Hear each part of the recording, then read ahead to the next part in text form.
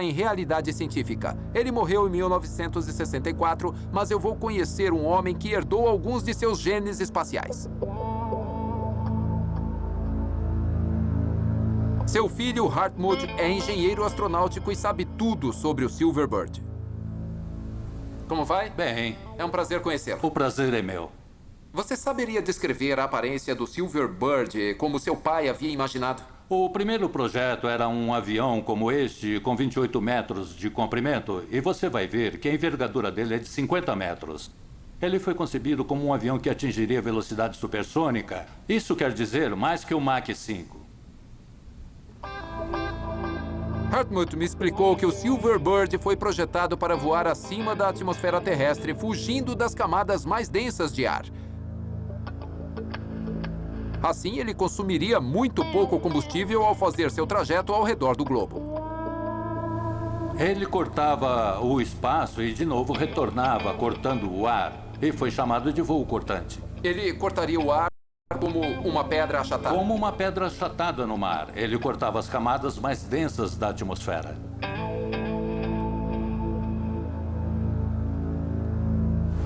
Agora vai com a placa. Antes que os rapazes possam fazê-lo voar, eles precisam fazer o Silverbird imaginário sair do hangar. Devagar, devagar. Como não temos uma tela verde tão comprida, vamos acompanhar com duas placas que vão se mexer com ele para que a gente possa laçá-lo e utilizá-lo. Isso, corta! Para recriar a complexa luz que seria emitida do Silverbird enquanto ele estivesse no hangar, os rapazes teriam que usar um tipo de equipamento que custa centenas de dólares. Mas Colin decidiu trapacear. Esse aqui é o nosso chocalho barato que está servindo de referência para o nosso modelo refletivo. Nós temos o reflexo perfeito da sala. Mas isso geralmente custa muito caro, mas eu consegui achar isso na lojinha de Natal. E veio a calhar. E, começando com o esqueleto do Silverbird em 3D, Colin já sabe o tipo de reflexo que vai usar. Mas como o protótipo desse superavião seria lançado? É hora do lançamento. Vamos fazer algumas tomadas de campos abertos, onde nós vamos colocar a pista, para a gente poder ver o Silverbird fazendo sobre as montanhas da Bavária, em direção ao pôr do sol, tipo ases indomáveis.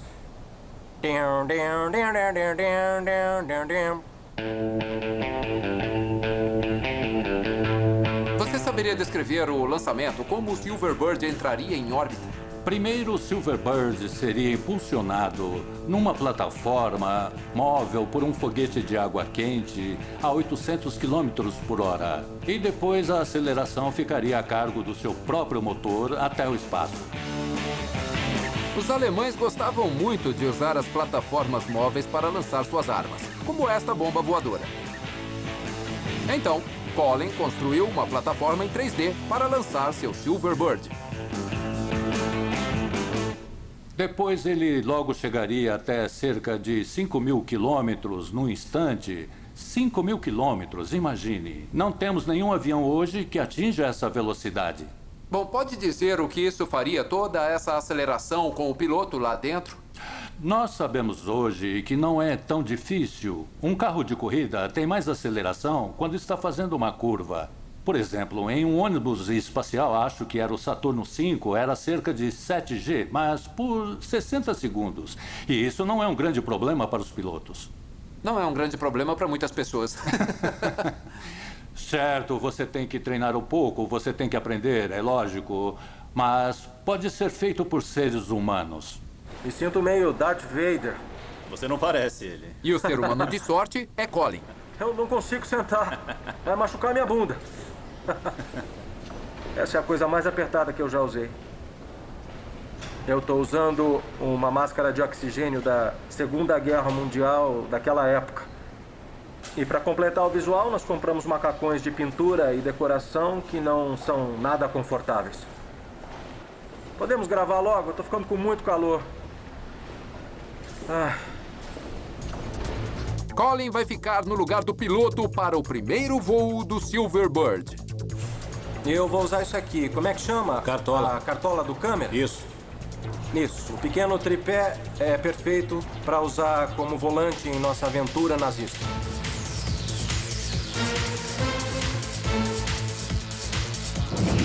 O programa de foguetes dos nazistas era imbatível. Eles desenharam o V-2, o primeiro míssil balístico de longo alcance. Aliás, os aliados ficaram tão impressionados que, quando a guerra acabou, houve uma grande disputa para trazerem os cientistas alemães para o Reino Unido e Estados Unidos. Eu estou no Museu da Ciência, em Londres, para ver o verdadeiro V-2 e para me encontrar com o professor Matthew Utley, que trabalha no Ministério da Defesa britânico. Os cientistas alemães criaram um verdadeiro dilema. Por um lado, eles representavam uma grande oportunidade para avanços significativos nas tecnologias de defesa, aviões e foguetes. Por outro lado, alguns deles tinham um passado sombrio e haviam sido cúmplices nos crimes do regime nazista. Por fim, a escolha foi feita. E a escolha foi passar uma borracha nos aspectos menos agradáveis do trabalho e das atividades deles durante a Segunda Guerra Mundial. Ele sonhava com viagens espaciais. Exatamente. Mas esses indivíduos detinham um legado importante de grandes inovações tecnológicas que levaram ao surgimento da era do míssil e da era espacial. E, por fim, que fez o homem chegar à Lua. Mas a tecnologia avançada dos alemães não conseguiu vencer a guerra. Os recursos simplesmente não existiam. O custo gigantesco impediu que os nazistas construíssem o Silverbird. Mas não foi o caso dos nossos rapazes. Eles conseguiram criar algo que Hitler apenas conseguiu sonhar. Bom, depois de décadas de especulações, com vocês, o Silverbird.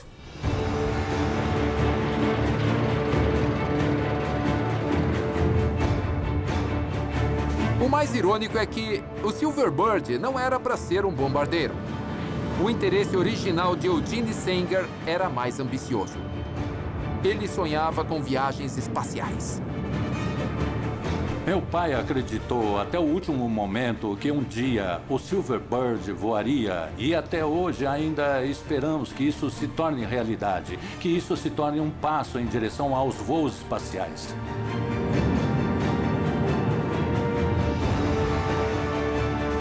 E nós não vamos deixar Colin levar o Silverbird para bombardear a cidade de Nova York, como Hitler pretendia. Esse avião irá voar para muito além do infinito.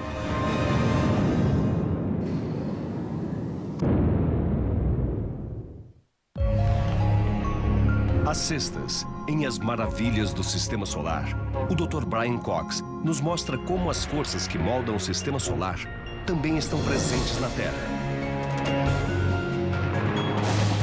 E logo depois, em Mãe Terra... O fim. Quando o exército aliado chegou para tomar Berlim, Hitler estava escondido num abrigo subterrâneo planejando seus últimos atos. Então ele colocou uma arma na cabeça e puxou o gatilho. Agora, o normal seria fazermos uma jornada até o local, irmos até lá para ver as evidências, mas não podemos fazer isso, pois não existe um bunker, não existe memorial. Hitler foi apagado. Esta é uma das últimas imagens de Hitler. Foi filmada pouco antes de ele morrer, quando ele condecorava alguns jovens nazistas com a Cruz de Ferro. Depois ele voltou para seu bunker e nunca mais foi visto fora de lá. Mas como a vida de Hitler realmente acabou? Depois da Segunda Guerra Mundial, os russos destruíram o bunker de Hitler. Os rapazes querem levar você até lá e recriar seus últimos momentos. Primeiro, precisam arrumar o local. Eu acho que quando as pessoas ouvem a palavra bunker, elas pensam em um pequeno abrigo antiaéreo e tal. Um bunker é uma construção bem grande e elaborada. Ele tem várias saletas e permitia que, do subsolo, Hitler continuasse a comandar a guerra na Alemanha. A estrutura tinha um teto de concreto incrivelmente grosso para protegê-lo de bombardeios aéreos. Tinha corredores e muitos cômodos para Hitler e sua equipe e secretários. Esse bunker era quase uma cidadezinha subterrânea, não era tipo um buraco em que Hitler ficava escondido. O maior desafio de Colin, criar os efeitos subterrâneos depois que os bombardeios dos aliados devastaram as ruas de Berlim. Hoje estamos fazendo essas engenhocas e recriando a artilharia russa lá em cima com linha de pesca e um pouco de serragem.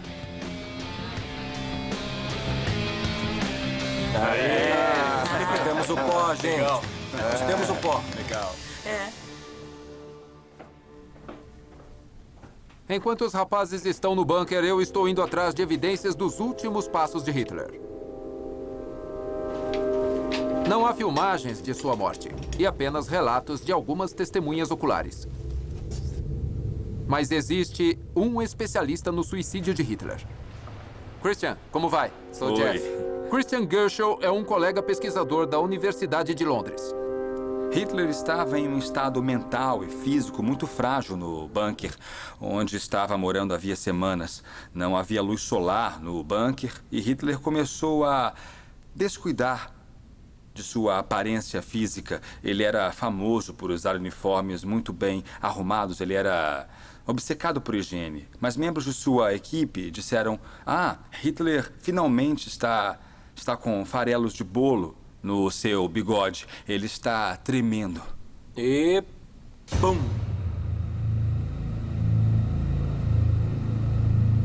As condições físicas de Hitler nos últimos meses de vida, segundo relatos de todos que o viram, estavam se deteriorando muito rapidamente. É quase certeza que ele tinha mal de Parkinson. Ele estava tremendo com a mão esquerda, estava arrastando os pés também.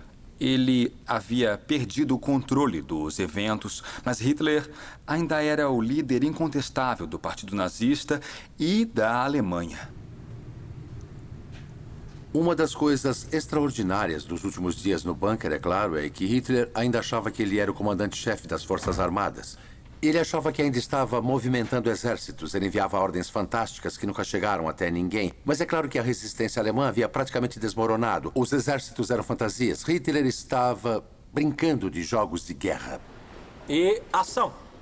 Na saleta particular de Hitler, em cima de sua mesa, ele tinha um retrato de Frederico, o Grande. Os rapazes conhecem um truque inteligente que irá permitir que incluam o retrato também. Hitler vivia olhando para ele porque ele achava que Frederico, o Grande da Prússia, era um herói alemão pelo modo que lutou a Guerra dos 7 Anos. Frederico, o Grande, havia revertido a situação na Guerra dos 7 Anos. Berlim havia sido invadida. Parecia que tudo estava perdido, mas ele conseguiu salvar a situação e saiu vitorioso. Tá satisfeito com as luzes? Mais ou menos. Usando mais a nossa placa verde especial, Colin pretende confrontar nosso Hitler com um mapa de suas derrotas. Aí tá bom. Acho que eu vou querer pelo menos uns 10 segundos só pra ficar olhando pra imagem verde. Antes que eu pegue a arma. Antes que você pegue a arma, Tá isso. bom. Vamos lá? Ação! A arma que vamos usar é uma réplica da pistola Walther 765, a mesma arma encontrada ao lado do corpo de Hitler. Mas o que aconteceu em 30 de abril de 1945? E corta. O último dia de Hitler foi um dia muito agitado, se é que se pode dizer isso. Apenas algumas horas antes da sua morte, Hitler, que fora solteiro durante toda a sua vida, se casou com a sua amante, Eva Braun. Ele se despediu de toda a sua equipe. Ele deu presentes de despedida para todos os seus secretários. Esses talvez tenham sido os presentes de despedida mais macabros de toda a história. Pílulas de cianureto. Porque Hitler dizia a seus secretários: se vocês caírem em mãos soviéticas, tomem essas pílulas de cianureto. Depois de ter se despedido de sua equipe, ele entrou em sua saleta junto com a sua agora esposa Eva Braun. Minha Eva. Ninguém pôde entrar. Eu acho que eles se falaram muito pouco um com o outro. Provavelmente Hitler deu a pílula de cianureto para Eva Braun, que a tomou, e ele se deu um tiro. Quando os assistentes de Hitler entraram na saleta, depois de ouvir o tiro, a cena que eles viram foi Hitler sentado no sofá. Ele havia se dado um tiro na têmpora. Havia uma poça de sangue, a pistola caída ali no chão, e do outro lado do sofá estava Eva Braun com o rosto já sem cor por ter se envenenado com cianureto. Depois que Hitler acabou se matando, centenas, se não milhares de nazistas em toda a Alemanha se mataram. Alemães comuns. Isso mostra como a personalidade de Hitler era sedutora para o Terceiro Reich. Sem Hitler, não havia Terceiro Reich.